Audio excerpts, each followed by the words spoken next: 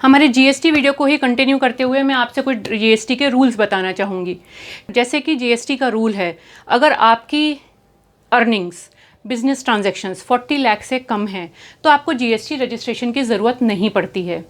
लेकिन अगर आपकी कोई इंटर स्टेट सप्लाई है, भले ही उसमें आपका 40 लाख का बिल हो, 1 लाख का हो या आपका 10,000 का हो, अगर आप इंटर स्टेट सप्लाई करना चाहते हैं तो आपको जीएसटी रजिस्ट्रेशन मैंडेटरी है। बिना जीएसटी रजिस्ट्रेशन आप इंटर स्टेट बिजनेस नहीं कर सकते।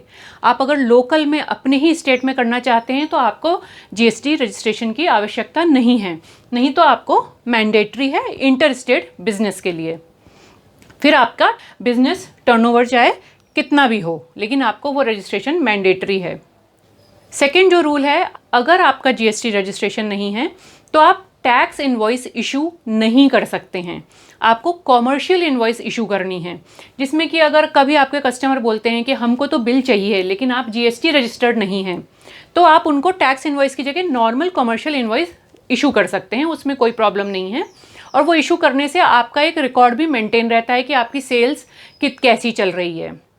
तो you can always issue commercial invoice instead of tax invoice if you do not have the GST registration. Third rule is, if your business is not registered, you cannot collect any form of tax from the customer. अगर आपका business GST registered नहीं है तो आप customer से किसी भी प्रकार का, किसी भी टाइप का टैक्स कलेक्ट नहीं कर सकते हैं। जो फोर्थ रूल है वो है, आप जितनी भी सेल करते हैं, अगर आप जीएसटी रजिस्टर्ड नहीं हैं तो आप जितनी भी सेल करते हैं उसके एक सेल रजिस्टर मेंटेन कीजिए, क्योंकि कल को अगर आपके पास कोई क्वेश्चन करता है तो आपके पास कोई रिकॉर्ड होना चाहिए कि आप कैसे बोल रहे हैं कि आपका जो ट्रांजैक्शन है वो 40 लाख से कम है, और आपको वो प्रूफ प्रेजेंट करना पड़ेगा।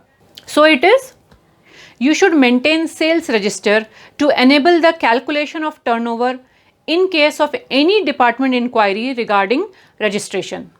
तो अगर आपका ट्रांजैक्शन, कोई आपसे अगर आके क्वेरी करता है कि आपका ट्रांजैक्शन अगर शायद ज़्यादा है, तो आप उनको वो सेल्स रजिस्टर दिखा सकते हैं और बता सकते हैं कि आप क्यों रजिस्ट्रेशन नहीं कराया हुआ। Fifth rule is, check whether any condition for registration has not been triggered such as sales cross the limit etcetera, and if any apply for registration within 30 days। तो आपको मैंने पहले जो कंडीशंस बताई हैं, अगर आपने कोई इंटर स्टेट सेल करी है या आपकी जो सेल है वो 40 lakhs को क्रॉस कर गई है, तो आपको विद इन 30 days आपका जीएसटी रजिस्ट्रेशन करवाना पड़ेगा। तो अगर कोई भी ऐसी कंडीशन है जो कि जीएसटी रजिस्ट्रेशन के लिए कंपलसरी है, आप उसको क्रॉस करते हैं, तो आपको 30 दिन के अंदर आपको रजिस्ट्रेशन कराना कंपलसरी है। Take registration as a citizen on the GST Waybill portal if Waybill is to be issued as a unregistered person। कई लोगों को ये डाउट रहता है कि अगर वो जीएसटी रजिस्टर्ड नहीं है तो वो ई वे बिल ले सकते हैं या नहीं। ई वे बिल कोई भी बिजनेस ले सकता है, उसके लिए आपको जीएसटी रजिस्ट्रेशन की ज़रूरत नहीं होती। आप जीएसटी की साइट पर जाएं और एज अ अनरजिस्टर्ड बिजनेस आप ई वे बिल इशू करा सकते हैं।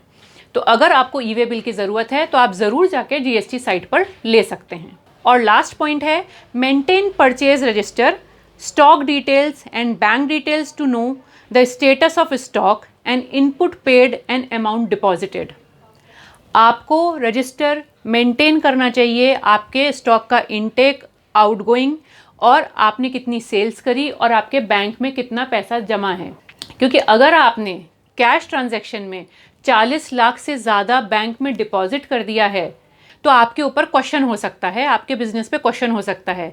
भले ही आपने उसको टुकड़ों में कराओ, कभी आपने 5 लाख करा है, कभी आपने 10 लाख करा है, ऐसे मिलाकर आपने 40 लाख भी करा है, तो बैंक जो हैं वो अकाउंट डिटेल्स सबमिट कर देते हैं और फिर आपके ऊपर क्वेश्चन हो सकता है। तो इन चीज़ों का ध्यान रखें। आपको इस बारे में कोई भी क्वेरी हो तो आप हमसे नीचे दिए गए मेल आईडी पे कांटेक्ट कर सकते हैं, हम आपको आंसर कर देंगे।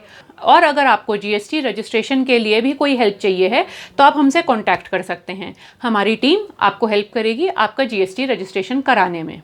So all the best.